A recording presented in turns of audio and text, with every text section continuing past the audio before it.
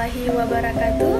Bagaimana kabar Ananda semua? Semoga dalam keadaan sehat walafiat, selalu dalam lindungan Allah Subhanahu wa taala. Baik, perkenalkan nama saya Husnul Khatimah. Di sini saya selaku moderator dan yang akan membawakan materi hari ini yaitu Ibu Mardia SPD dengan judul materi menganalisis kaidah kebahasaan teks proposal. Dengan hormat dipersilahkan.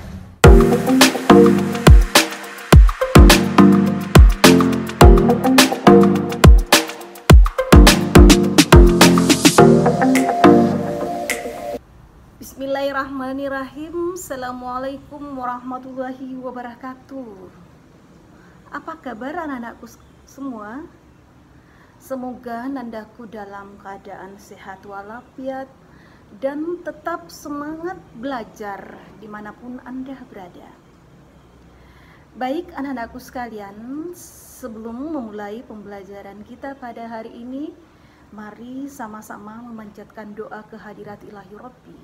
Semoga aktivitas yang kita lakukan selain memberikan manfaat juga bernilai ibadah di sisinya. Berdoa dimulai.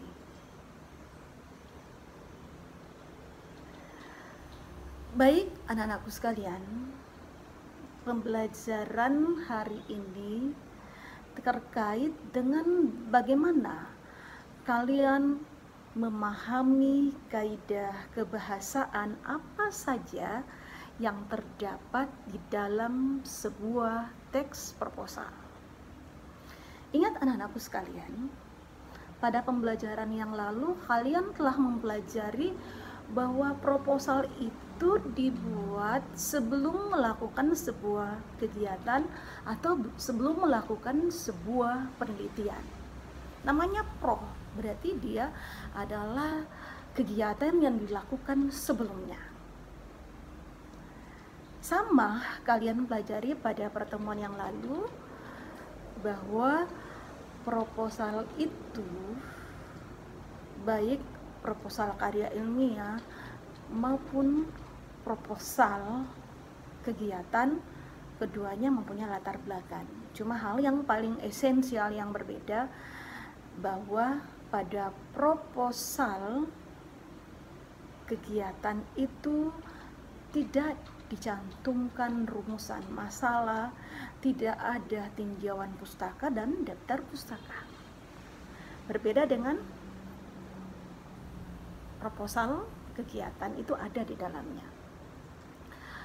Lanjut anakku sekalian, yang kalian harus pahami apa saja yang terdapat di bagian-bagian proposal itu, terutama proposal penelitian.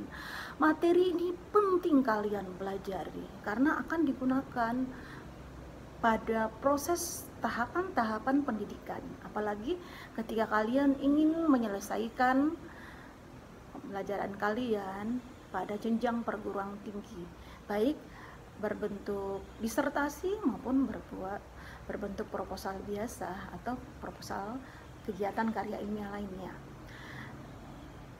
Pertama, kalian harus tahu bagaimana mengidentifikasi latar belakang. Sama kalian pelajari pada pertemuan lalu bahwa latar belakang itu di dalamnya ada fenomena. Tetapi sebelum fenomena itu digambarkan dulu apa yang seharusnya ada. Sama pada teks kegiatan seminar kebahasaan, di situ dicantumkan bahwa membaca dan menulis adalah kompetensi yang harus dimiliki oleh peserta didik. Berarti itu adalah hal yang seharusnya. Namun pada paragraf berikutnya digambarkan kenyataannya. Minat baca peserta didik di Indonesia itu menempati posisi berapa? Berarti terjadi sebuah kesenjangan apa yang seharusnya dengan kenyataan yang ada. Itulah yang dicantumkan di dalam latar belakang masalah sehingga penulis tertarik untuk melakukan sebuah penelitian. Lanjut pada tahapan berikut, di situ digambarkan bahwa dalamnya Setelah ada latar belakang masalah, ada rumusan masalah. Berarti masalah yang ada di latar belakang itu dirumuskan dalam bentuk, sekali lagi, dalam bentuk pertanyaan. Kalau di rumusan masalah dinyatakan faktor apakah yang menyebabkan minat baca peserta didik di Indonesia rendah, berarti tujuannya itu adalah untuk mengetahui faktor penyebab minat baca peserta didik rendah. Berarti punya hubungan antara rumusan masalah dengan tujuan.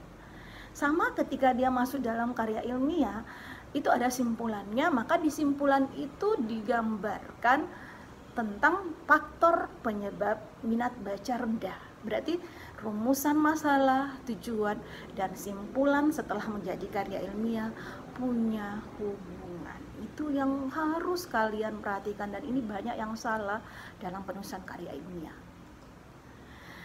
Nah, baik, lanjut di tinjauan pustaka. Nah, ini yang krusial tinjauan pustaka. Disitulah kalian menyampaikan kajian-kajian teori yang terkait dengan fenomena yang ditulis.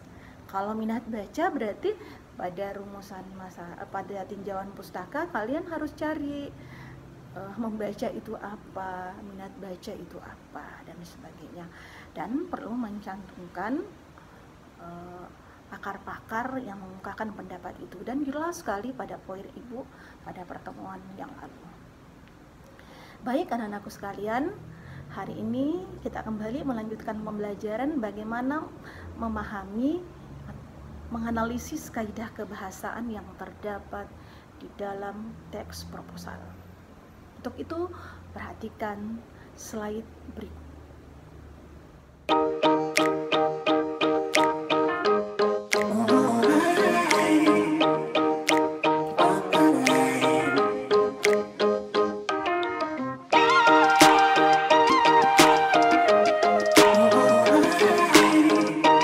Pada contoh yang ditampilkan, terdapat beberapa kaidah kebahasaan yang menandai proposal ini.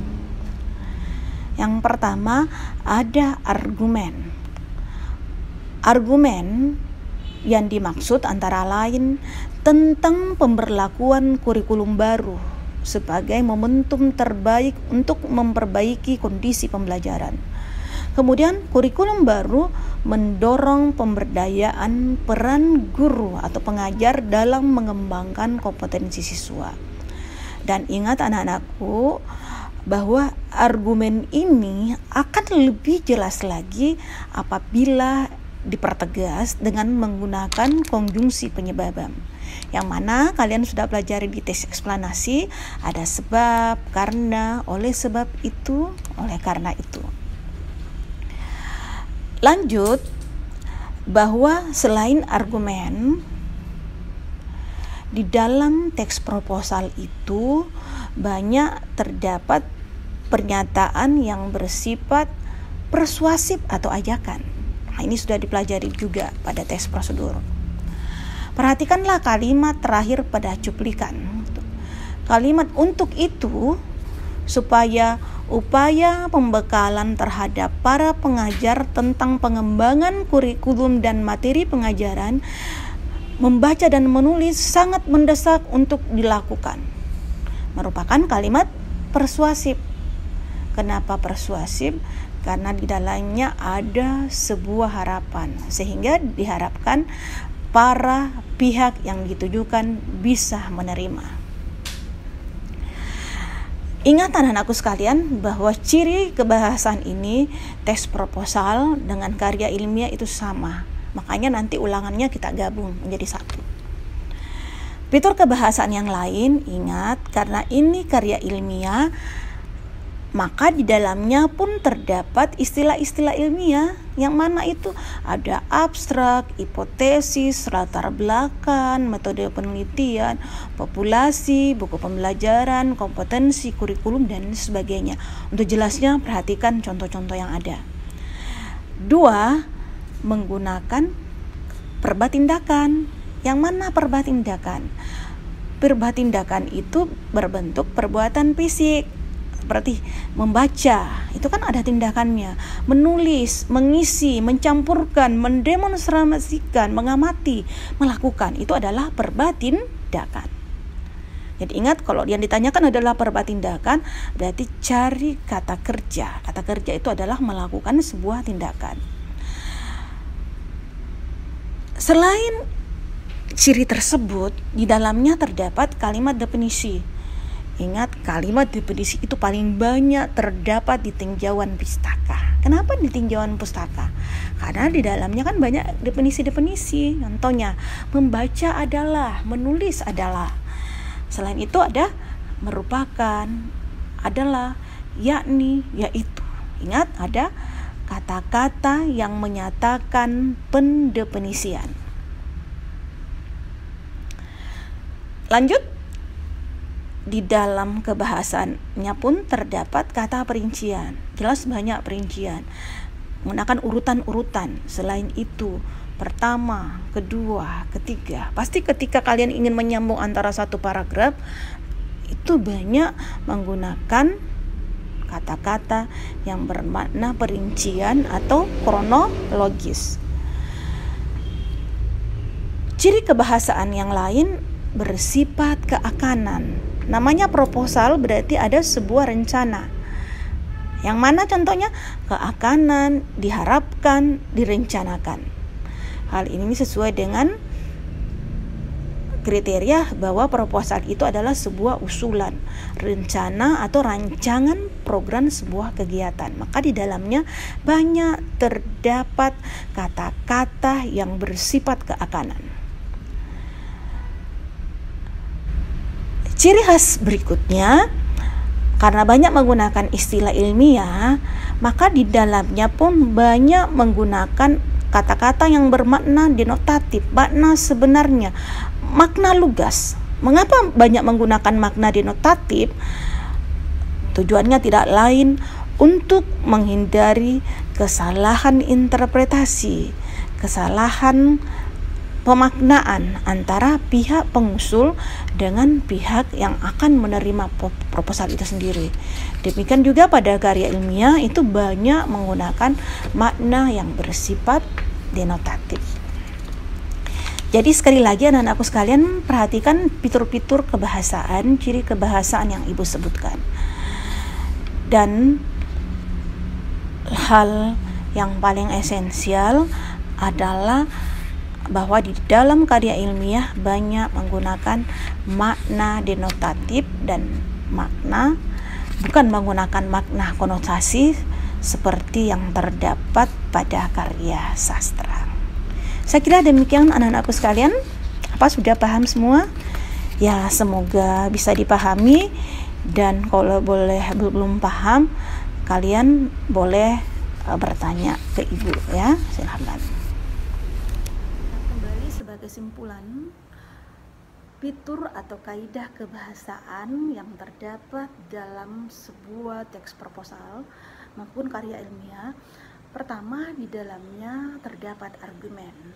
Argumen itu ditandai dengan konjungsi penyebaban, karena sebab. Kemudian yang kedua, di dalamnya terdapat banyak istilah-istilah ilmiah seperti abstrak, hipotesis, ya, dan sebagainya. Kemudian di dalamnya banyak terdapat perbah tindakan.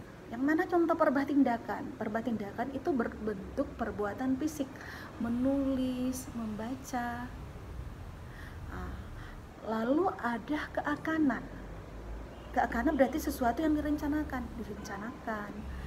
Kemudian ada konjungsi temporal, menyatakan perincian urutan-urutan, pertama, kedua, selanjutnya, lalu, kemudian. Dan ingat, karya ilmiah itu bermakna denotasi, makna sebenarnya. Jadi tidak boleh menggunakan gaya bahasa seperti ia berlari bagaikan kilat. Maaf, itu tak boleh digunakan di dalam karya ilmiah, karena tidak boleh menimbulkan interpretasi makna. Jadi dia bermakna denotasi. Baik, demikian anakku sekalian. Semoga materi ini memberikan manfaat buat kita semua. Mohon maaf atas segala kekurangan. Terima kasih atas segala perhatian. Dan mari kita menutup kegiatan ini dengan membaca doa. Semoga mendapat keberkahan, diberikan kesehatan dan senantiasa dalam lindungan Allah Subhanahu wa taala. Berdoa dimulai. Akhirul kalam. Alhamdulillahirabbil alamin wabillahi taufiq wal hidayah. Assalamualaikum warahmatullahi wabarakatuh. Tetap semangat, pakai masker ketika Anda berada di luar rumah, jaga kesehatan Anda. Semangat. Pada hari ini sangat-sangat luar biasa sekali, ditambah lagi dengan pemateri yang sangat-sangat antusias membawakan materi untuk Ananda semua. Baik, saya selaku moderator mengucapkan banyak terima kasih kepada Ananda semua dan terkhusus untuk Ibu Mardia SPD yang telah membawakan materi untuk Ananda semua. Wabillahi taufiq wal hidayah. Wassalamualaikum warahmatullahi wabarakatuh. Wow!